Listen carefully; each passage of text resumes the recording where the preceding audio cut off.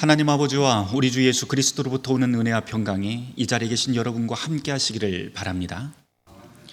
오늘 우리에게 주어진 교회력 복음서 말씀은 마가복음 10장 35절부터 45절까지 말씀입니다. 예루살렘으로 가는 여정이 거의 막바지에 이르렀을 때 일이지요. 그때 세베대의 두 아들인 야고보와 요한이 예수님께 다가와서 뭔가 이야기를 합니다. 선생님, 우리가 구하는 것은 무엇이든지 다 해주셔야 됩니다 라고 말입니다. 오늘 이야기가 시작하는 첫 구절이 그렇게 시작을 합니다.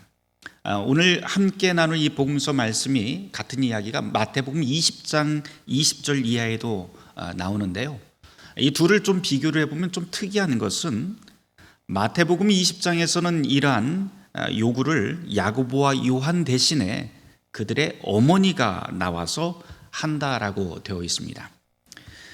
이렇게 조금 누가 요청하는가가 약간 다르기는 하지만 전체 내용은 똑같은 것 같아요. 최고의 자리를 달라고 하는 건데요, 예수님께 자리 청탁을 하는 그 모습이 오늘 복음서 말씀입니다. 저는 오늘 설교를 준비하면서 이 본문을 읽다가 좀 엉뚱하게도 어렸을 적 꽤 좋아했던 만화 영화 하나가 생각이 났습니다.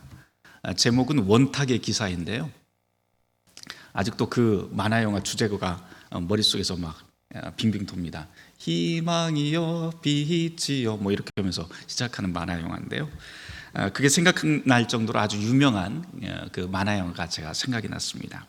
여기 나와 있는 이 아더왕이라고 하는 인물은 6세기 영국의 왕으로 알려져 있는데요, 더 유명한 것은 아마 이 아더왕이 단순히 혼자뿐이 아니라 원탁의 기사라고 하는 이름으로도 유명합니다. 이 왕은 왕임에도 불구하고 원탁의 기사들과 함께 앉아서 아주 스스럼 없이 가족처럼, 형제처럼 그렇게 지내면서 전장을 누비고 다닌 것으로 유명합니다.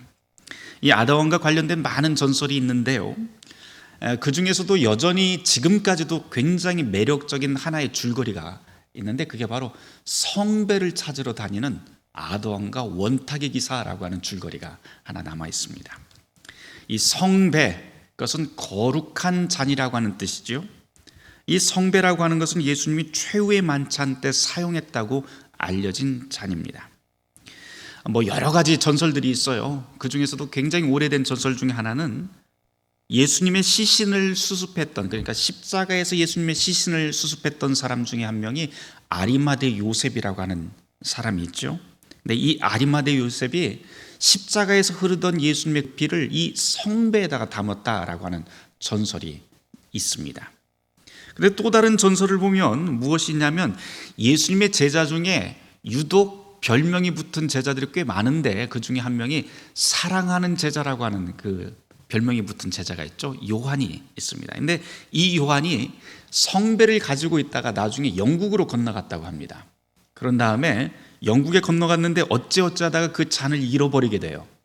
그래서 이 잃어버렸다고 하는 이 사실을 나중에 사람들이 알고서는 이 성배를 찾으러 기사들이 모여서 찾으러 다닌다라고 하는 그런 전설이 있습니다.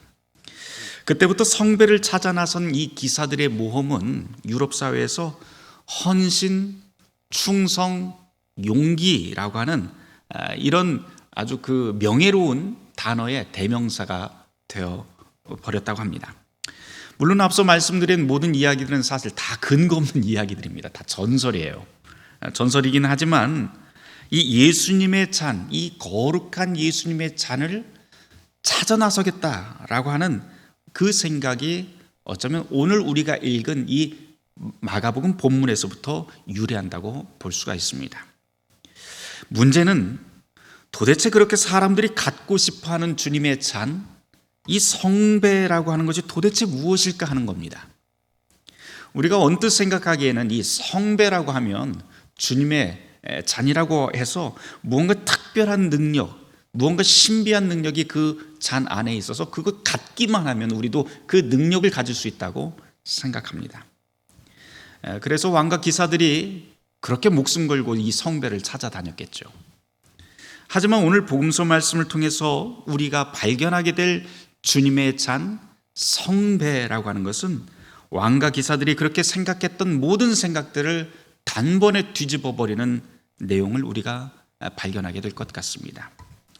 자, 이제 성경 말씀을 통해서 주님의 잔, 이 성배가 무엇인지 함께 찾아보려고 합니다. 오늘 복음서 말씀은 예수님이 예루살렘으로 가는 길에서 일어난 에피소드라고 이미 말씀드렸어요. 이제 곧 예수님께서는 예루살렘에 당도하게 될 텐데, 이 여행을 하는 동안 주님께서는 계속해서 제자들에게 지금 이 여행 길의 의미에 대해서 거듭해서 말씀해 주셨죠.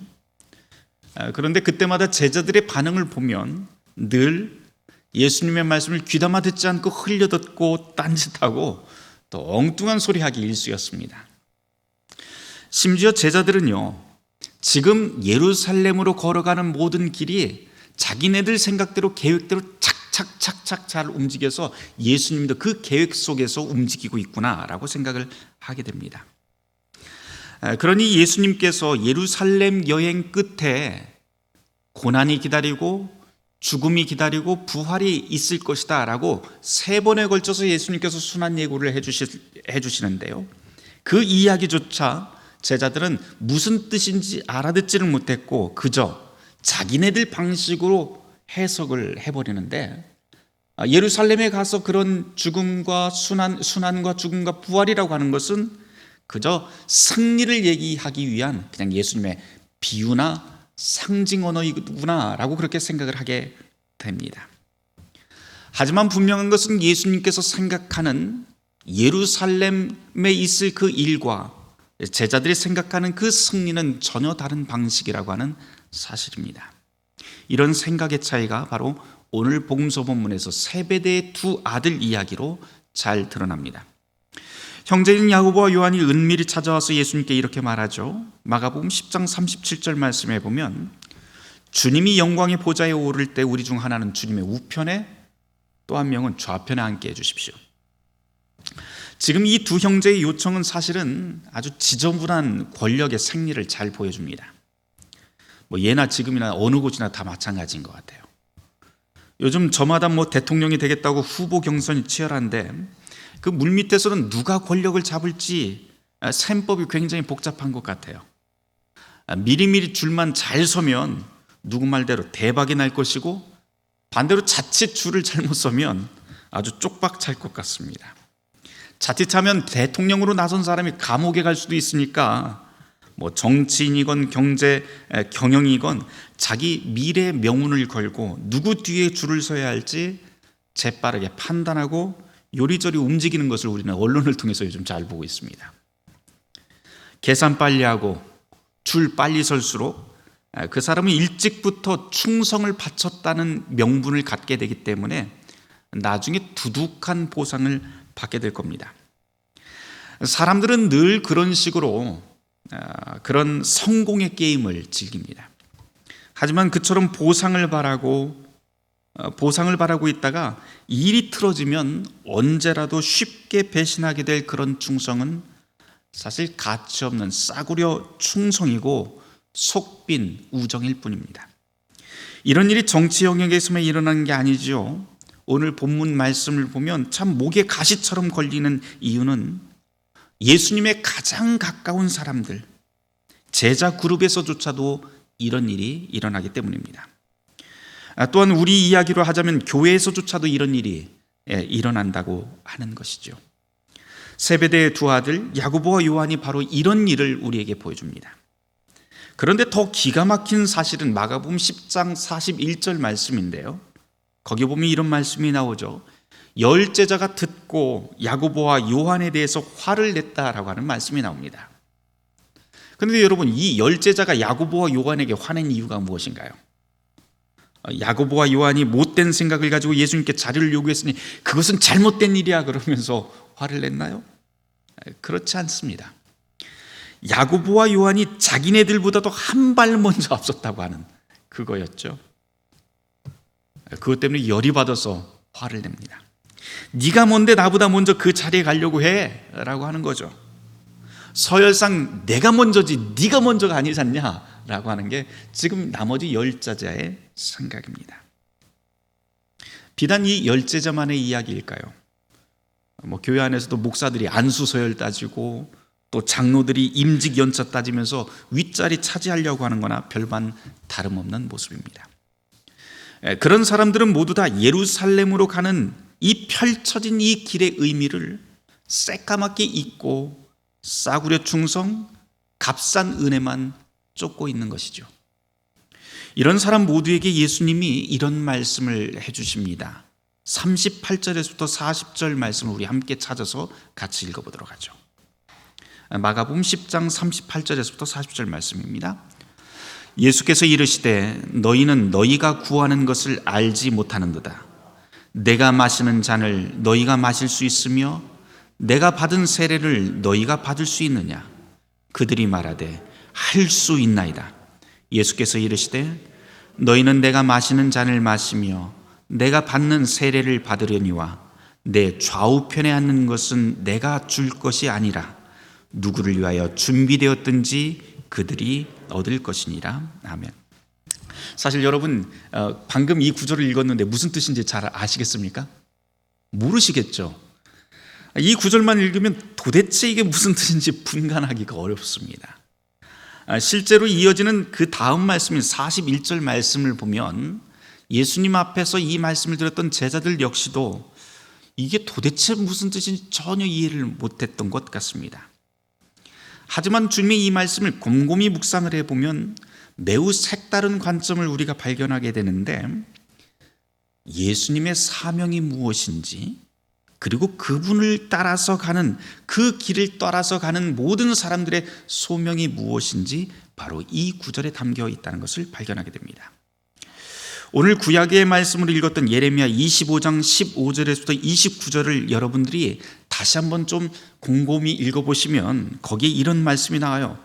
하나님의 진노의 잔이라고 하는 것이 아주 무섭게 선포가 됩니다.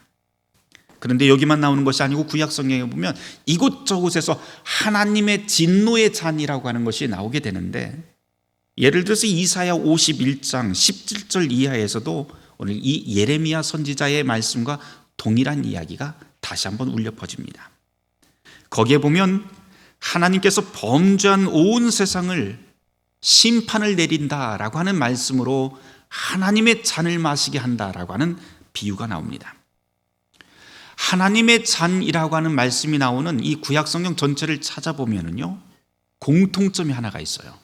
그것은 하나님이 세상의 악을 몹시 슬퍼하고 있다가 참고 참다가 결국에는 이 악한 세상에 직접 들어오셔서 개입하기 시작을 했다라고 하는 말씀입니다.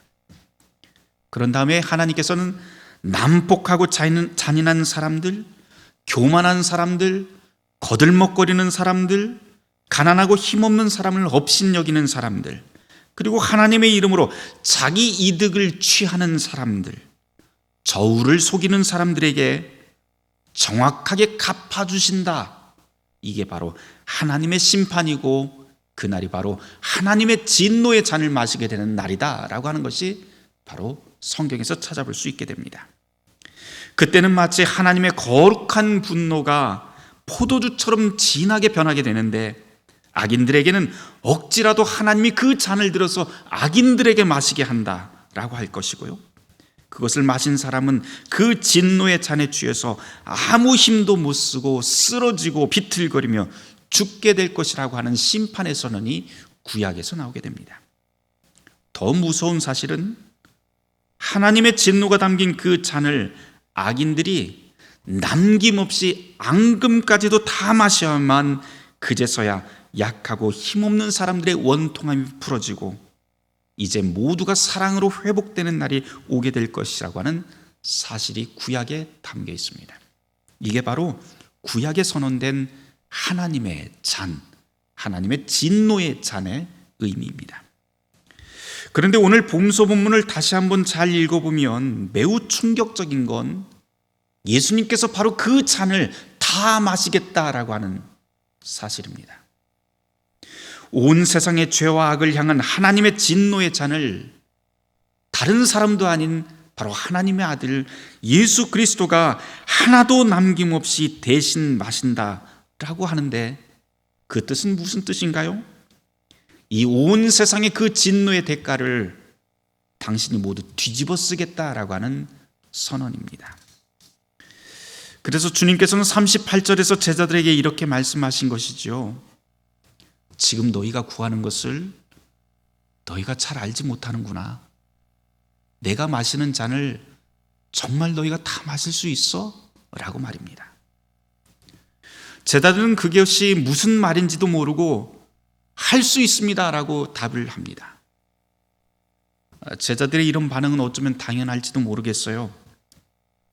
이런 속내용은 아무것도 모르고 그냥 자기 입장에서만 생각을 하는 거죠.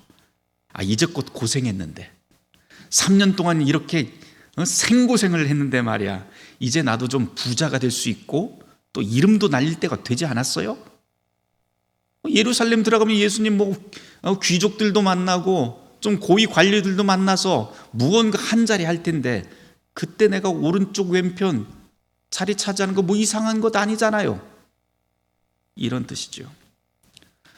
세상에서 소위 성공한 사람들처럼 권력과 지도 얻고 그리고 예루살렘 들어가서 그 꿈이 이루어질 수 있다라고 제자들은 생각합니다.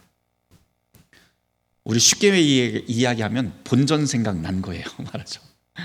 고생했으니까 이제 좀 우리도 챙겨야 될 때 되지 않았습니까? 라고 하는 뜻입니다. 그런데 문제는 제자들은 지금 주님이 이제껏 보여주신 삶의 가르침, 산과 들에서 가르친 그 복음을 완전히 자기네들 방구석 저 뒤편에다 밀어버렸다는 사실입니다. 이런 제자들에게 주님은 다시 한번 이런 말씀을 주세요. 42절부터 45절까지 우리 다시 한번 읽어보도록 하죠. 함께 읽겠습니다. 42절부터 읽습니다. 예수께서 불러다가 이르시되 이방인의 집권자들이 그들을 임의로 주관하고 그 고관들이 그들에게 권세를 부리는 줄을 너희가 알거니와 너희 중에는 그렇지 않을지니 너희 중에 누구든지 크고자 하는 자는 너희를 섬기는 자가 되고 너희 중에 누구든지 으뜸이 되고자 하는 자는 모든 사람의 종이 되어야 하리라. 인자가 온 것은 섬김을 받으려 함이 아니라 도리어 섬기려 하고 자기 목숨을 많은 사람의 대속물로 주려 함이니라. 아멘. 오늘 말씀은 이렇게 하면서 끝이 납니다만 여기에서 보면 주님께서 무엇이라고 이야기하면 으뜸이 되고자 하는 사람은 다른 사람을 섬기는 종이 되어야 된다, 노예가 되어야 된다, 이렇게 말씀을 합니다. 그런데 으뜸이 되려고 하는 사람은 종이 되어야 된다라고 하는 예수님의 이 가르침은 사실 유대인들에게 그리 낯선 가르침은 아닙니다. 이 말씀은 이사야 50장 10절에서부터 12절 말씀에 이미 언급되고 있는데요, 예수님께서는 이 이사야의 이 말씀을 상기시키면서 예루살렘으로 향하는 이 길의 의미를 제자들에게 다시 한번 되새긴 말씀입니다. 분명히 주님은 예루살렘에서 제자들의 그 바람대로 하나님의 영광 가운데 으뜸인 왕이 될 것입니다. 하지만 예수님이 염두에 둔 그 왕이라고 하는 것은 제자들이 상상하는 바와는 전혀 정반대로 성경에서 예언된 왕의 모습인 것이죠. 즉 종의 모습입니다. 게다가 이 왕은 많은 사람을 위한 몸값으로 자기 생명을 내어주는 사람, 즉 하나님 진노의 잔을 앙금 하나 남기지 않고 마시는 그 종, 자기 생명을 내어주는 종의 모습이 바로 성경에 쓰여진 왕의 모습이고 주님이 예루살렘으로 가서 영광 중의 자리에 오르게 될 그 왕의 자리입니다. 오늘 마지막 구절에 대속물이라고 하는 단어가 나옵니다. 이 대속물이라고 하는 것은 노예나 또는 죄인을 풀어줄 때 누군가가 대신 지불하는 대가를 대속물이라고 말합니다. 주님은 앞으로 자신이 겪을 그 운명이 죄와 악에 사로잡힌 사람들, 자유를 박탈당하고 노예처럼 사는 사람들, 특히 자기가 무엇에 사로잡혀 있는지도 모르고 그렇게 노예처럼 사는 사람들을 뜻하는데, 특별히 권력과 지위, 돈과 명예라고 하는 그 사슬에 사로잡혀서 그 노예로 살아가는 사람들, 그러니까 지금은 야고보와 요한 같은 사람들, 그리고 또 우리에게는 우리 같은 사람들을 풀어주기 위한 대속물로 주님께서는 하나님의 잔을 마시겠다고 선언하십니다. 그러고 보면 이 거룩한 하나님의 잔, 성배라고 하는 것, 이 성배를 찾아 나서는 그 모험의 유래는 다른 곳이 아니라 바로 예수님의 소명이지 않은가 생각이 듭니다. 성경에서 말하는 것처럼 주님의 삶은 죽기까지 하나님의 잔을 찾아서 그것을 다 마시고 우리 모두에게 생명을 주려고 하는 거룩한 소명이 예수님의 소명, 또한 성배를 마시고자 하는 예수님의 삶이라고 할 수가 있습니다. 그리고 그분이 그 소명을 십자가의 죽음과 부활로 완수하셨을 때 제자들은 드디어 거기서 깨닫게 되지요. 그리고는 야고보와 요한도 이전에 깨닫지 못하던 모습이 아니라 이제는 참으로 하나님의 영광으로 높여진 그 주님 뒤를 따라가 주님처럼 죽음과 부활의 길로 들어서게 됩니다. 실제로 사도행전을 우리가 읽어보면 그렇게도 주님의 뜻을 이해하지 못했던 제자들 모두가 다 주님의 그 뒤를 따라서 순교의 길을 가는 것을 우리는 보게 됩니다. 하지만 우리의 신앙은 그것이 단순한 죽음이 아니라고 하는 것을 알고 있습니다. 순교로 끝나는 것이 아니지요. 제자들의 순교는 주님을 따른 십자가의 길이었고 결국 부활하신 주님과 함께 영광의 보좌 좌우에 앉게 될 참된 예수님의 길이라고 하는 것을 우리는 그렇게 믿고 신앙합니다. 사랑하는 성도 여러분, 오늘 이 예배가 끝나고 나면 여러분들이 성경을 다시 펼쳐놓고 오늘 읽었던 그 복음서 말씀을 다시 한번 찬찬히 한번 읽어보시길 바랍니다. 그러면서 한 가지 꼭 한번 상상을 해보세요.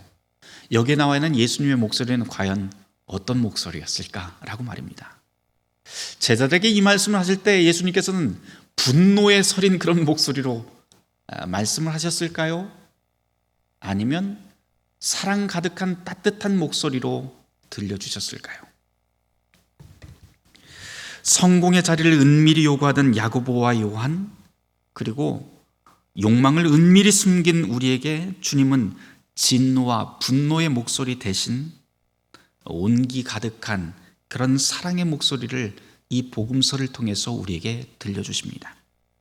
그러면서 진노의 잔은 당신이 모두 다 마시겠다고, 모든 죄와 짐을 대신 갚겠다고 우리에게 말씀해 주신 것 같습니다.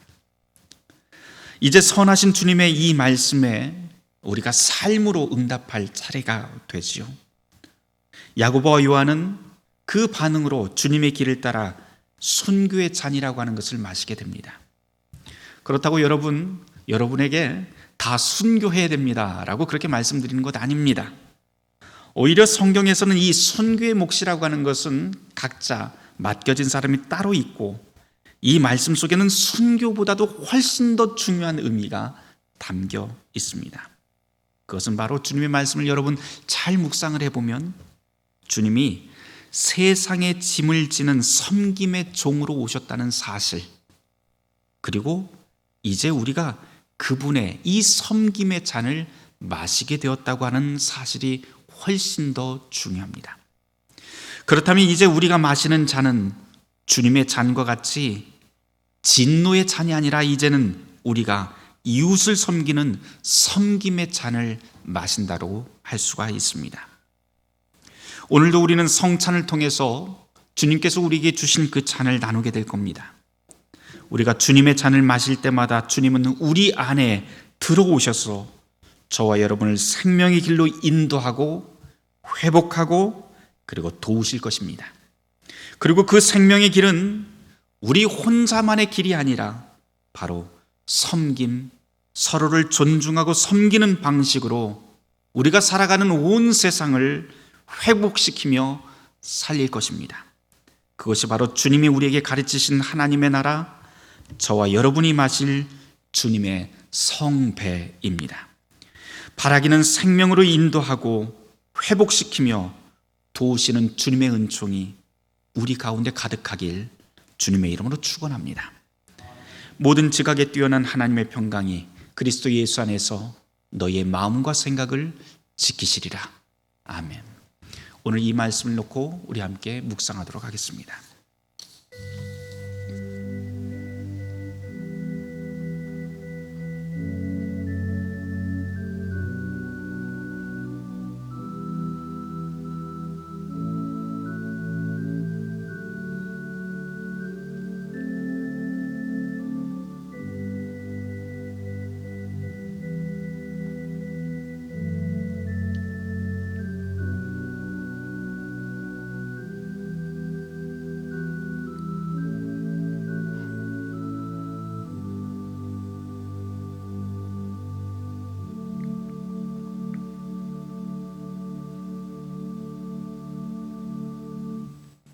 우리의 모든 질고를 주님의 잔에 담아 드신 주님, 이제 우리가 주님의 뒤를 따라 섬김의 도를 다하게 하여 주시옵소서.